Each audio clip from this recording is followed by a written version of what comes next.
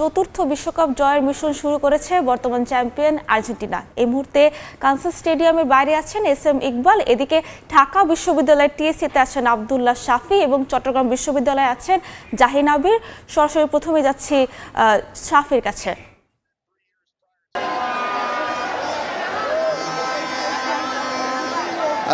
দেখুন, এটা একটা অবিশ্বাস্য ক্রাউড এইখানে টিএসসিতে জড়ো হয়েছে। মনে হচ্ছে যুক্তরাষ্ট্রের কানসাস সিটির স্টেডিয়াম, এইখানে আরও একটি স্টেডিয়ামে মূলত খেলা হচ্ছে। আপনারা দেখতেই পাচ্ছেন যে একেবারে টিএসসির যে প্রাঙ্গণ রয়েছে সেই প্রাঙ্গণ একবার কানায় কানায় পূর্ণ। এর বাইরে উপরে যে টিএসসির ছাদে মানুষ উঠেছে, এই পাশে যে বটতলা রয়েছে সেই বট গাছের মধ্যে পর্যন্ত মানুষ উঠেছে। এর বাইরে যতগুলো গাছপালা আছে টিএসসির সব জায়গায় কিন্তু আর্জেন্টিনার সমর্থক যারা আছেন এইখানে খেলা দেখতে এসেছেন, বন্ধু বান্ধবদের সহ প্রত্যেকেই এখানে এসেছেন এবং জায়গা না পেয়ে তারা গাছে উঠেছেন, তারপর বিল্ডিংয়ের ছাদে বসেছেন। এইখানে না আসলে গ্যাদারিংটা এত বেশি যে টিএসসির মূল যে চত্বর প্রাঙ্গণ ছাড়িয়ে এর বাইরেও আরও অনেক দূর ইতিমধ্যে খেলা শুরু হয়েছে এবং আর্জেন্টিনার সমর্থকদের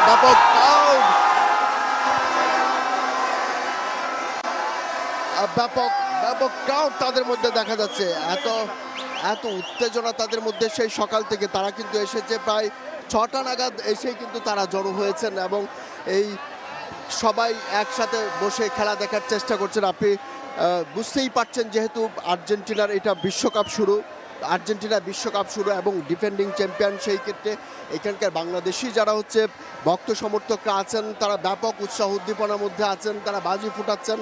এবং আমরা কিন্তু ঢাকা বিশ্ববিদ্যালয়ের মহসিন হল মাঠেও একই ধরনের চিত্র রেখেছি। পুরো মাঠ একবারে কানায় কানায় ছেয়ে গেছে, একবারে তিল ধারণের টাই নেই আমরা দেখতে পাচ্ছি।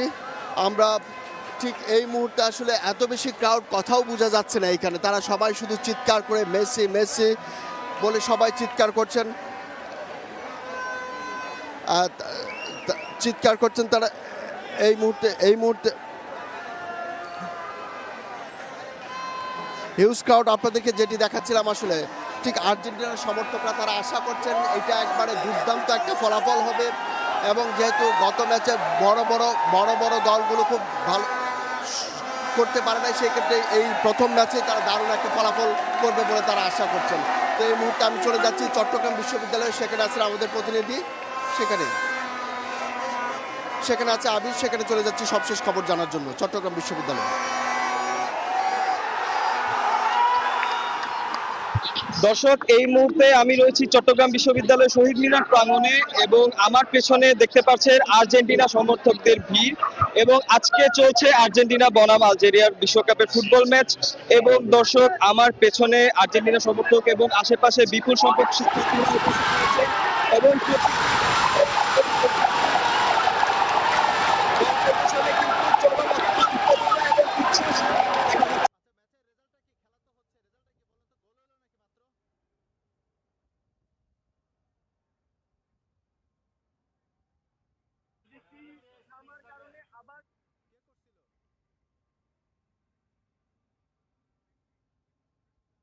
বাংলাদেশে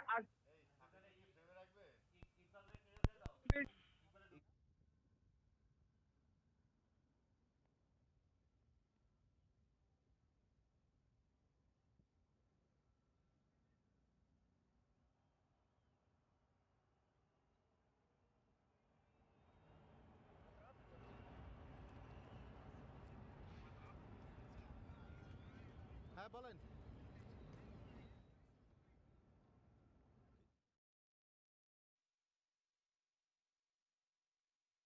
আর্জেন্টিনা বিশ্বকাপ ডিফেন্ড করতে এসে কিন্তু আর্জেন্টিনার রেকর্ড খুব বেশি একটা ভালো না। আমরা যতটুকু জানি আর্জেন্টিনার প্রথমবারের মতো যখন বিশ্বকাপ জেতে 1978 সালে, এরপর আর্জেন্টিনা 1982 বিশ্বকাপ ডিফেন্ড করে, অর্থাৎ ডিফেন্ডিং চ্যাম্পিয়ন হিসেবে 1982 বিশ্বকাপ খেলতে গিয়ে প্রথম ম্যাচেই তারা কিন্তু 1-0 গোলে বেলজিয়ামের কাছে হেরে গিয়েছিল। পরবর্তীতে আর্জেন্টিনা বিশ্বকাপ জেতে 1986 সালে দিয়াগো মারাদোনার হাত ধরে এবং 1990 সালে ডিফেন্ডিং চ্যাম্পিয়ন হিসেবে বিশ্বকাপ শুরু করতে গিয়ে প্রথম ম্যাচটা ম্যাচটা তারা ক্যামেরুনের কাছে 1-0 গোল অর্থাৎ একই ব্যবধানে হেরে গিয়েছিল।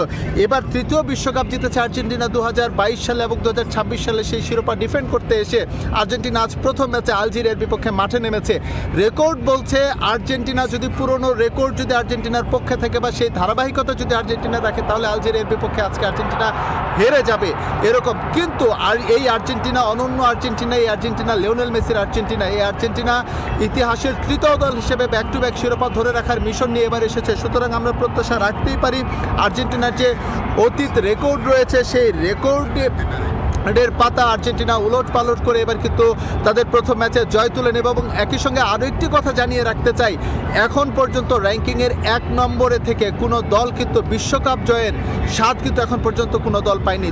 সুতরাং আর্জেন্টিনা যদি প্রথম ম্যাচে জয় পায় অর্থাৎ আলজেরিয়াকে আজকে হারিয়ে দিতে পারে তাহলে কিন্তু আর্জেন্টিনার যে হচ্ছে রেকর্ডের যেই রেকর্ডের যেই পাপ বা যে রেকর্ডের যে কুফা যেটাই বলি না কোনো আর্জেন্টিনা সেটা কিন্তু আজকে ঘুচে যাবে এবং সেখান থেকে আর্জেন্টিনা র্যাঙ্কিংয়ের 1 থেকে যদি বিশ্বকাপ জয় করে ফেলে সেটা কিন্তু অবাক হওয়ার মতো কোনো কিছু থাকবে না।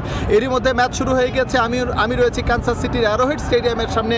মজার ব্যাপার হচ্ছে কপিরাইটের কারণে হয়তো আমি আপনাদের দর্শকদের দেখাতে পাচ্ছি না, কিন্তু এখান থেকে স্টেডিয়ামের বাইরে থেকেও স্পষ্ট দেখা যাচ্ছে একেবারে হাউসফুল স্টেডিয়াম, কম্প্যাক্ট স্টেডিয়াম। সবাই কিন্তু এই ম্যাচটা চমৎকারভাবে উপভোগ করেছে এবং স্টার্ট হতে না হতেই লিওনেল মেসি একটি স্কোর করে ফেলেছিল, কিন্তু সেই গোলটি হচ্ছে বাতিল হয়েছে অফসাইডের কারণে। সুতরাং সব কিছু মিলিয়ে বলা যেতে পারে যে দুর্দান্ত একটি ফ্লাইং স্টার্ট করেছে আর্জেন্টিনা। এই ম্যাচটা যেভাবে শুরু করার জন্য যা করার দরকার ছিল ঠিক একইভাবে কিন্তু আর্জেন্টিনা তাদের ম্যাচটা শুরু করেছে। পাশাপাশি জানিয়ে রাখতে চাই আর্জেন্টিনার এবারের যে স্কোয়াডের যে ডেপথ সেখানে কিন্তু একটি ল্যাকিংস রয়েছে। অর্থাৎ আর্জেন্টিনা যে 4-3-3 ফরমেশনে খেলছে এখানে লেফট ব্যাক হিসেবে যে ফাকুন্দো মেদিনাকে নামানো হয়েছে তিনি কিন্তু একমাত্র ফুটবলার যিনি হচ্ছে লেফট ব্যাকে খেলে অভ্যস্ত। আসলে তিনি সেন্টার ব্যাকেও খেলে থাকেন, তবে আজকে তাকে লেফট ব্যাকে খেলানো হচ্ছে যেহেতু তিনি এই জায়গাটায় পারদর্শী। এই জায়গায় আরও একজন ফুটবলার রয়েছে নিকোলাস তালিয়াফিকো সাধারণত লেফট ব্যাক পজিশনে খেলে থাকেন, কিন্তু তিনি ইনজুরির কারণে তাকে কিন্তু দলে রাখা হয়নি বা স্কোয়াডের বাইরে আছেন। সুতরাং এই ম্যাচে ফাকুন্দো মেডিনা যদি ইনজুরিতে পড়ে যান তাহলে আর্জেন্টিনার যে সামনের ম্যাচগুলো রয়েছে সেই ম্যাচের জন্য কিন্তু অশনি সংকেত। তো যাই হোক, আমাদের বা আর্জেন্টিনার ভক্ত যারা রয়েছেন তাদের প্রত্যাশা থাকবে যে এরকম অঘটনের কোনো কিছু হবে না এবং আর্জেন্টিনা যেভাবে বিশ্বকাপ মিশনটা তাদের শুরু করেছে জয় দিয়ে বিশ্বকাপ মিশন শুরু করবে। যে হাতে আর্জেন্টিনা ম্যাচ খেলছে সেই ধারাবাহিকতা রেখে অবশ্যই জয় তুলে আলজেরিয়াকে হারিয়ে তাদের যে বিশ্বকাপ জেতার যে পরের যে ম্যাচ ওপেনিং ম্যাচের যে বাজে রেকর্ড আছে সেই রেকর্ড অবশ্যই তারা ভাঙতে সমর্থ হবে। তো আমার কাছে কানসাস সিটির অ্যারোহেড স্টেডিয়াম থেকেই ছিল সবশেষ। বিশ্বকাপের খবর জানছিলাম ঢাকা, চট্টগ্রাম এবং কানসাস স্টেডিয়াম থেকে।